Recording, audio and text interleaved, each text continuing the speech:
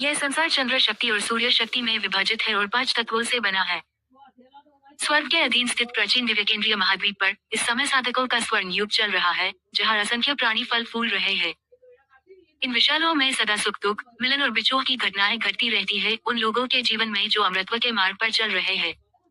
प्रकाश सदा अंधकार के साथ चलता है।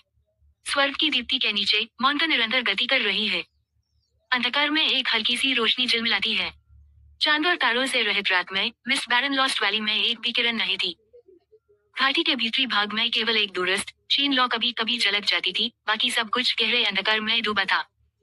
रात का दृश्य एक वीरान सा एहसास दे रहा था और हवा की ठंडी सरसराहट वातावरण को भयावह बना रही थी। जब वह बहती तो परत दर परत अंधेरा ऐसे लहराता जैसे समुद्र की लहरें उठ रही हो। यही वह धुंध थी जो इस घाटी की विशेषता थी। घाटी अत्यंत विशाल थी। यदि दिन होता तो चारों ओर उठते हुए विशाल पर्वतों का दृश्य अद्भुत प्रतीत होता, परंतु इस अंधेरी रात में केवल ऊंचे ऊंचे साए दिख रहे थे, मानो कोई गंभीर दानव भूमि पर खड़ा हो। उत्तर पश्चिम दिशा में 2 पर्वतों के बीच इस घाटी का एकमात्र प्रवेश और निकास द्वार था। घाटी के बाहर एक ऊबड़ खाबड़ और घुमावदार पहाड़ी रास्ते पर एक मानव आकृति धीरे धीरे प्रवेश द्वार की ओर बढ़ रही थी। अचानक अंधकार से एक हत्या की भावना उभर आई। पहाड़ी मार्ग के आगे से किसी व्यक्ति की धीमी आवाज आई, जैसे कोई बुदबुदा रहा हो। जो व्यक्ति प्रवेश द्वार की ओर जा रहा था वह कुछ पल के लिए रुका। रात के हल्के उजाले में यह स्पष्ट हुआ कि घाटी की ओर आने वाला व्यक्ति पूरी तरह काले वस्त्रों में लिपटा एक युवक था। उस युवक का चेहरा शांत था, मानो उसे इस अचानक अवरोध से कोई आश्चर्य नहीं हुआ हो। उसने अंधेरे में आती फुसफुसाहट का उत्तर भी उतनी ही धीमी आवाज में दिया। प्रश्न और उत्तर यह किसी पासवर्ड या कोड वर्ड जैसा प्रतीत हो रहा था। इसके बाद अंधकार में छिपी वह घातक ऊर्जा धीरे धीरे शांत हो गई और काले वस्त्रों वाला युवक आगे बढ़ता गया। यह मिस्ट बैरन लॉस्ट वैली की ओर जाने वाला मार्ग भले ही शांत दिख रहा था, परंतु आज रात यह असाधारण रूप से सुरक्षा में था। रास्ते में अब तक इस तरह की जांच 3 बार हो चुकी थी। काले वस्त्रों वाला युवक प्रत्येक प्रश्न का सहजता से उत्तर देता और शांत भाव से आगे बढ़ जाता।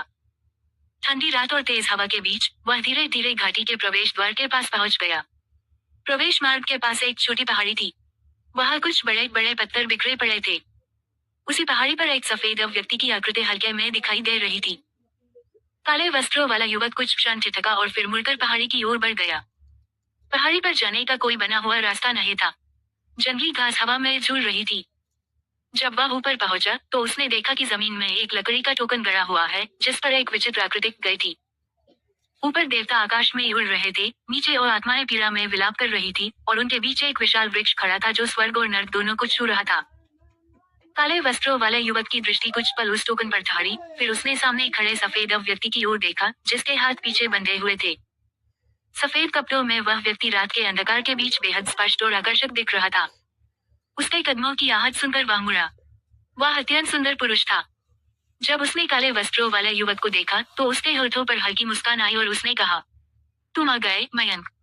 काले वस्त्रों वाला युवक, जिसे मयंक कहा गया था, सिर हिलाते हुए आगे बढ़ा और बोला, अभिनव, अगर पिता तुम्हें इस वेशभूषा में देखे तो अवश्य आए। अभिनव मुस्कुराया और शांत स्वर में बोला, कोई बात नहीं। आज जब बड़ा आयोजन आने ही वाला है, पिता के पास घाटी में बहुत से कार्य होंगे। उन्हें मुझ पर ध्यान देने का समय नहीं मिलेगा। मयंक हंसा और उसके पास आकर खड़ा हो गया। रात के आकाश में उनके पीछे फैली घाटी और दूर दूर तक फैले पर्वतों की झलक अद्भुत लग रही थी। कुछ देर बाद अभिनव ने गहरी सांस ली और पूछा, मयंक, तुम्हें इमॉर्टल सेक्ट में शामिल हुए कितने वर्ष हो गए? 6 वर्ष, अभिनव ने कहा। इतना लंबा समय, मुझे अब भी याद है जब तुम यहाँ पहली बार आए थे, तब तुम अभी सिया की उम्र के बच्चे थे। पलक झपकते ही तुम दोनों बड़े हो गए। मयंक मुस्कुराया पर मौन रहा। अभिनव ने आगे कहा, हाँ, सिया भी आज रात यही आने वाली है। शायद थोड़ी देर में पहुंच जाएगी। क्या तुम उसका इंतजार यही करोगे? मयंक ने सिर हिलाया। वरिष्ठ ने मुझे ब्लड सोल क्रिस्टल की अंतिम गोली दी है ताकि मैं घाटी में फॉलन गॉड कर्स के लिए प्रवेश कर सकूं। जब गॉड कर्स सक्रिय होगा तब मैं बाहर नहीं निकल पाऊंगा। बेहतर होगा कि मैं उससे बाहर लौटने के बाद मिलूं। अभिनव ने इन उठाई और उसे एक रहस्यमयी नजर से देखा। कुछ क्षण बाद उसने कहा, ब्लड सोल क्रिस्टल अत्यंत दुर्लभ और मूल्यवान वस्तु है। केवल तुम्हारे जैसे व्यक्ति को ही इसे पाने का अवसर मिल सकता है। अब समझ आता है कि पिता तुम्हारे साथ अपने सच्चे पुत्र से भी अधिक आत्मीयता रखते हैं। मयंक ने इन हुए उसकी ओर देखा, मानो कुछ कहना चाहता हो, पर तभी अभिनव हंस पड़ा।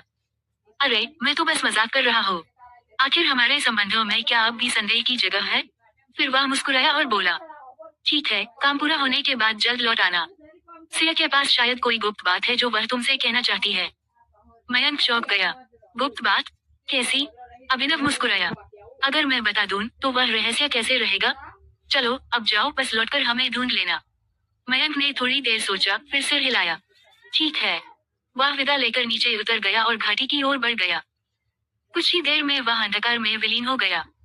मयंक के जाने के लगभग 10 मिनट बाद पहाड़ी के नीचे फिर से हलचल हुई। एक हल्की आवाज के साथ एक पतली आकृति हवा में उछली और सहजता से अभिनव के पास आ उतरी। वह एक सुंदर युवती थी। उसे देखकर अभिनव के चेहरे पर हल्की खुशी झलकी, परंतु जैसे ही उसने देखा कि वह हवा में छलांग लगाकर आई थी, उसने इन चढ़ाए। यह क्या है? अगर तुम जरा भी फिसल जाते तो नीचे गिर जाती। तब पछताने का समय नहीं मिलता। युवती शरारती मुस्कान के साथ बोली। जब बड़े भैया यही है, तो डर किस बात का? अभिनव ने सिर हिलाते हुए कहा। हाय, कैसी नादान बहन है मेरी। खैर, मयंक अभी अभी यहाँ से घाटी में प्रवेश कर चुका है। जिस छोटी बहन की वह बात कर रहा था उसका नाम सिया। उसने कहा और घाटी की ओर देखते हुए शिकायत की। सच में, भैया, आपने उसे रोका क्यों नहीं? आपको पता था कि मुझे उससे कुछ कहना था। अभिनव ने सिर हिलाते हुए कहा। उसका कार्य अत्यंत आवश्यक है। उसे ब्लड सोल क्रिस्टल घाटी में स्थित टलजारा अरे में पहुंचाना है और फॉलन गॉड कर्स के सक्रिय होने की प्रतीक्षा करनी है। उसे पिता और अन्य वरिष्ठों की सहायता भी करनी है, इसलिए उसे ज्यादा देर रोकना उचित नहीं था। क्या मयंक अपनी किस्मत से लड़ पाएगा?